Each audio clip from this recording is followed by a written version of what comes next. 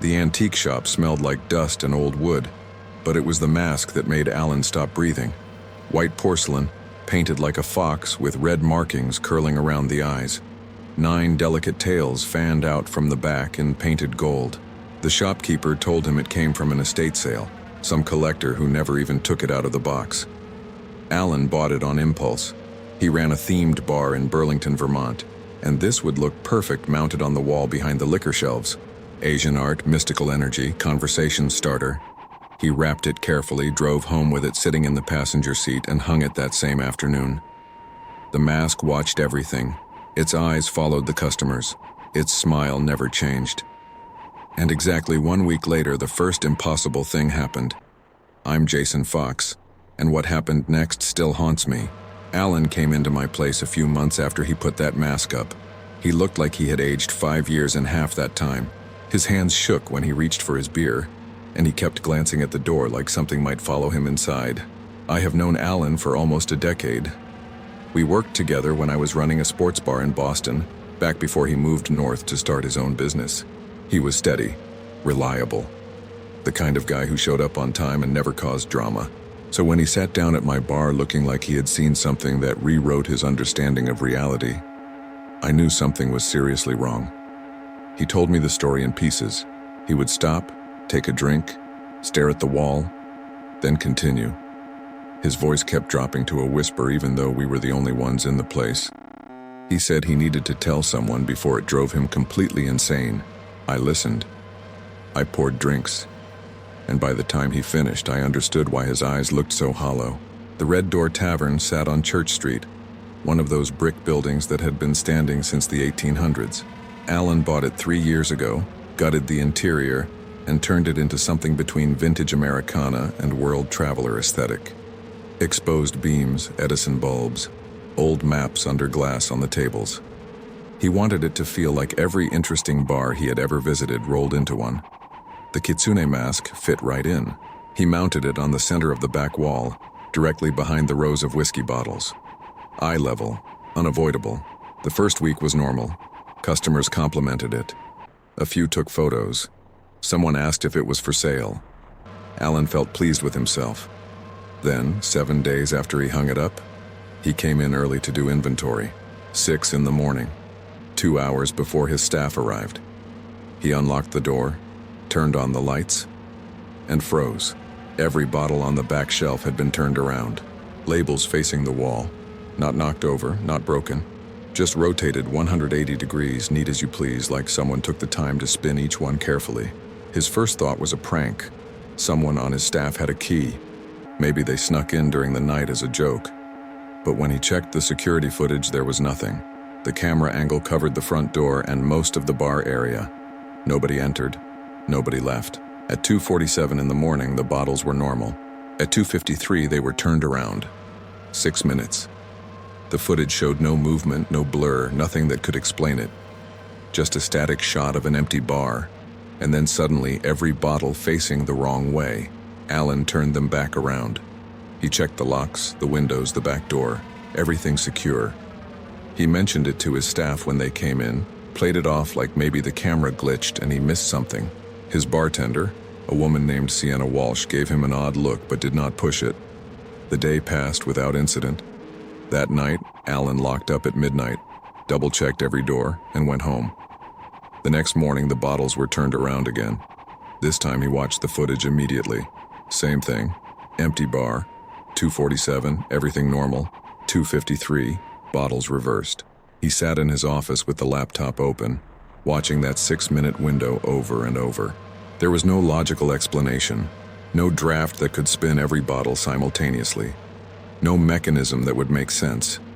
Just the mask, hanging on the wall, smiling that painted fox smile. He left the bottles turned around that day. Told himself it did not matter which direction they faced. Told himself he was being irrational. But every time he looked at the back wall, something in his chest tightened. The mask seemed different. The angle of the eyes, the curve of the mouth. He could not pinpoint what changed, but it did not look the same as when he bought it. That night he stayed late, sent his staff home at 11, locked the front door, and sat at the bar with the lights dimmed. He wanted to see it happen. wanted proof that he was not losing his mind. He watched the clock, watched the mask. The building settled around him, old wood creaking, pipes humming. At 2:30, his phone buzzed. Text from Sienna asking if he was still there. He replied that he was closing out receipts. She sent back a thumbs up. He set the phone down and kept watching. 2:47 came and went. Nothing happened. He felt simultaneously relieved and disappointed. Maybe it was done. Maybe whatever bizarre glitch caused it had run its course. Then at exactly 2:53, he heard it. Not a crash, not a bang, a whisper. Soft, rhythmic, like silk brushing over glass. He turned his head slowly toward the back wall. Every bottle was turning. Not fast, not violent, just rotating smoothly on their bases, labels disappearing toward the wall, moving in perfect unison like a choreographed dance. No hands, no wires, just bottles turning themselves while the mask watched with those painted fox eyes. The sound lasted maybe 10 seconds, then it stopped. Silence rushed back in. Alan sat there, both hands gripping the edge of the bar, breathing too fast. The bottles were all facing the wall. He left. Did not turn off the lights. Did not lock up properly. Just walked out, got in his car, and drove home with his hands shaking so badly he almost ran a red light. He did not sleep that night. He lay in bed, staring at the ceiling, replaying the sound of those bottles turning. The whisper of glass on wood. The synchronized movement that should not have been possible. The next day, he called in sick. Let Sienna open the bar. She texted him around noon asking if everything was okay, and he replied that he had food poisoning. She accepted it without question. He spent the day researching kitsune masks, Japanese fox spirits, tricksters, shapeshifters, mythology that stretched back over 1,000 years. Some stories called them benevolent protectors. Others painted them as malicious entities that led travelers astray, possessed humans and fed on chaos. 9-tailed foxes were the most powerful, the ones that lived for centuries and accumulated magic with every passing year. He told himself it was just a mask, porcelain and paint. No spirit, no curse. But that night, alone in his apartment, he started noticing things. Shadows in his peripheral vision. The sense of being watched. Once he could swear he heard that same silk-on-glass whisper coming from his closet. He opened the door. Nothing inside but clothes and shoes. But the feeling did not go away. He went back to the bar 2 days later. The bottles were still turned around. Sienna asked if he wanted her to fix them, and he said no. Leave them. She gave him that look again. The one that said she was starting to worry. He brushed it off. Threw himself into work. Told himself he was adjusting. But the mask was not done. A week after the bottles, the lights started flickering. Not all of them. Just the ones closest to the back wall. They would stutter and dim around 2:50 in the morning like something was drawing power. Alan checked the wiring. Called an electrician. The guy found nothing wrong. Said the system was solid. Upgraded 2 years ago, no reason for any issues. Alan thanked him, paid the bill, and said nothing about the mask. Then the dreams started. Not every night, but often enough. Alan would find himself standing in a forest. Tall trees, moss-covered ground, mist curling between the trunks. And somewhere behind him, always just out of sight, he could hear footsteps. Not human. Too light. Too quick. The sound of something moving on 4 legs, circling, getting closer. He would turn, searching the trees, and catch glimpses of red, a flash of color, a swish of movement. Foxtails, he thought, though he could never see clearly enough to be sure. Then he would wake up, heart hammering, sheets soaked with sweat. Around the 6-week mark, Sienna pulled him aside. She said customers were complaining, not about service, about the atmosphere. People felt uncomfortable near the back of the bar. One woman said she felt like something was staring at her. A man mentioned cold spots that made no sense given the weather. Another regular stopped coming altogether, and when Sienna ran into him at a coffee shop, he said the place had bad energy now. Something felt off. Alan knew what they meant. He felt it too. The bar had changed. It was subtle but undeniable. The air felt heavier back near the mask. Conversations seemed muted. People avoided sitting at the stools closest to the back wall. Even the sound was different. Laughter felt strained. Music did not carry the same way. Sienna suggested taking the mask down. She said it bluntly, standing in his office with her arms crossed. She told him she knew something was wrong, that whatever was happening started when he hung that thing up, and that he needed to deal with it before it got worse. Alan wanted to argue, wanted to tell her she was being superstitious, but he could not. Because she was right, he tried to take it down that night, waited until close, sent everyone home, locked the doors. He stood in front of the mask with a stepladder and a screwdriver. But when he reached up to touch it, his hand started shaking. Not fear, not exactly. More like resistance, like his body was refusing the action. His fingers tingled. His head felt light. He stepped down from the ladder and backed away. The mask stared at him. And for just a second, he could swear the painted mouth was wider, the smile more pronounced. He left it where it was. Over the next month, things escalated. The bottles did not just turn around anymore. They moved. He would come in to find them rearranged, different shelves, different order. Once, they were all clustered together on the left side, leaving the right side completely empty. Another time, they formed a pattern. Tallest in the center, descending in height toward the edges, almost like a shrine. The mask itself began to change position. Not much, just a few degrees. Alan would swear it was tilted slightly to the left, then the next day it would be centered again. He tried marking its position with a pencil on the wall. By the next morning, the mark did not line up. Either the mask moved or the wall did, and neither option made sense. The footsteps started in the storage room. Sienna heard them first. She was restocking beer around 10 at night when she froze and called Alan over. They both stood in the hallway listening, soft, deliberate steps moving across the concrete floor above them. Back and forth, like something pacing. But the storage room was a single-level building attached to the back of the bar. There was no second floor, no attic, just roof and rafters. Alan grabbed a flashlight and went up through the access hatch. Empty, dusty beams and insulation. No animals, no signs of intrusion. But when he came back down, Sienna was pale. She said the footsteps continued the entire time he was up there. She heard them directly above her head, moving in slow circles. 2 customers saw a fox that week. Not outside. Inside the bar. Both described the same thing. A red shape moving past the corner of their vision. Low to the ground. Too fast to focus on. One swore it brushed against his leg under the table. He checked immediately. Nothing there. But the sensation lingered. Fur. Warmth. The sense of something alive. Alan started sleeping at the bar. Not intentionally. He would stay late to close up, sit down for just a minute, and wake up hours later slumped over a table or collapsed behind the bar.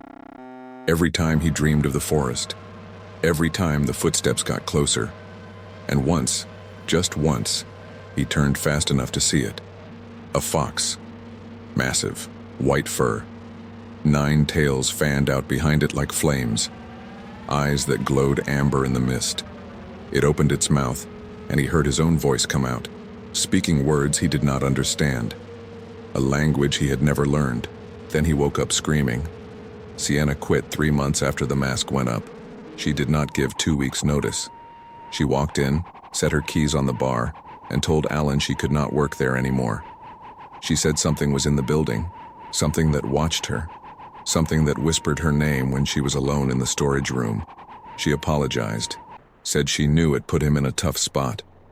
But she had to leave. Alan did not try to stop her. He understood completely. He hired someone new. A guy named Paul Brennan who had bartending experience and needed work. Paul lasted 5 shifts.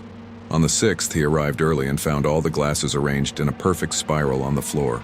Unbroken, undamaged. Just placed carefully in a pattern that covered the entire main room. He took a photo, sent it to Alan, and walked out. Never came back. Alan stopped hiring after that. Ran the bar himself. Shorter hours. Fewer customers. Revenue dropped. He did not care. He was too tired to care. The dreams were constant now. The forest. The fox. The footsteps that were no longer behind him but beside him, matching his pace. He could feel breath on his neck, smell something wild and sharp, like pine sap and burnt hair. The breaking point came on a Tuesday. Slow night. 3 customers total. Alan was cleaning glasses when he noticed the mask was gone. Not fallen, not moved, just absent. The hooks were still on the wall. The space where it hung was empty. He checked the floor, the storage room, the office. Nothing. He asked the customers if they saw anyone take it. They looked at him like he was speaking another language. One of them pointed at the wall and asked what he was talking about. The mask was right there. Alan turned. The mask was back, hanging exactly where it should be. But he had just checked that spot. He had stared at the empty wall for a full minute. And now the mask was there, smiling its fox smile, eyes glinting in the dim light. He closed the bar early, told the customers there was a gas leak. They left without argument. He locked the door, walked to the back wall and stood in front of the mask. His hands were not shaking anymore. His head felt clear. He reached up, gripped the porcelain edges and pulled. It came off the wall easily, light, delicate. He turned it over in his hands. The paint was flawless, the details intricate, and on the inside, carved into the porcelain in letters so small he almost missed them, were words. He brought the mask closer to his face, angling it toward the light. The words were Japanese. He did not speak Japanese, but he took a photo and ran it through a translation app. The result made his blood turn cold. The mask feeds on stillness. Movement is life. Stillness is surrender. He thought about the bottles, always moving, always turned, the lights flickering, the objects rearranged. The fox in the corner of vision never still, never caught. A trickster spirit that thrived on disruption, that fed on the chaos it created. Alan set the mask on the bar. He walked to his office, grabbed a hammer from the toolbox, and came back. He raised the hammer high, brought it down hard. The porcelain shattered, pieces scattered across the floor. Dust puffed into the air. The painted eyes cracked in half. The smile split into jagged fragments. For a moment, everything was silent. Then the lights went out, all of them simultaneously. The entire bar plunged into darkness so complete he could not see his own hands. He heard the whisper again, that silk on glass sound, but louder now, surrounding him, coming from every direction. The air grew cold. His breath fogged in front of his face. And somewhere in the darkness, something moved. Footsteps, not above him, right there in the room, circling. 4 legs, claws clicking on hardwood. The smell hit him next. Pine sap, burnt hair, and underneath something rotting, something ancient. He backed toward the door, hands fumbling for the wall. The footsteps quickened, closer. He felt fur brush his leg, warmth, pressure, then teeth, not biting, just resting against his calf. A warning, a promise. The lights came back on. Alan stood in the center of the room, alone. The fragments of the mask were gone. The floor was clean, and on the back wall, hanging on the hooks exactly where it had always been, the mask stared at him. Whole, unbroken, smiling. He did not go back to the bar after that night. He called a real estate agent the next morning and listed the building. Sold it 2 months later at a loss. The new owners gutted the place, turned it into a yoga studio. He heard through mutual contacts that they took down all the decor, including some weird fox mask they found in the back. They donated it to a thrift store. It sold within a week. Alan moved to New Hampshire, opened a small coffee shop. No alcohol, no late nights, no decor that he did not personally make. He still has the dreams sometimes, the forest, the footsteps, but they are fainter now, like something that knows where he is but has not decided whether to follow. He told me all of this over the course of 4 hours. By the end, the bar had filled up and emptied twice. I had stopped pouring drinks halfway through, just stood there listening. When he finished, he drained his beer, set the glass down carefully, and asked if I thought he was crazy. I told him no. I have been bartending for over 20 years. I have heard thousands of stories. Most of them make sense, some do not. but the ones that do not make sense stick with you. They change the way you see the world, make you wonder what else is out there, hiding in plain sight. Alan nodded. He stood up, left cash on the bar, and walked out. I have not seen him since. But sometimes late at night when I am closing up, I think about that mask. I think about the smile, the eyes, the 9 tails.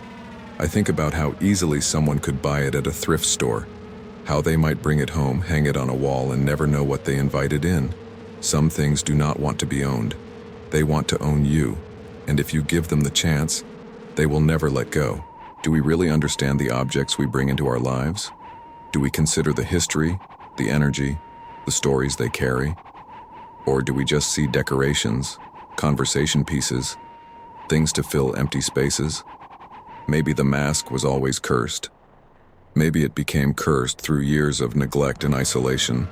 Or maybe it was something else entirely. A doorway, a test, a reminder that not everything in this world operates by the rules we think we understand.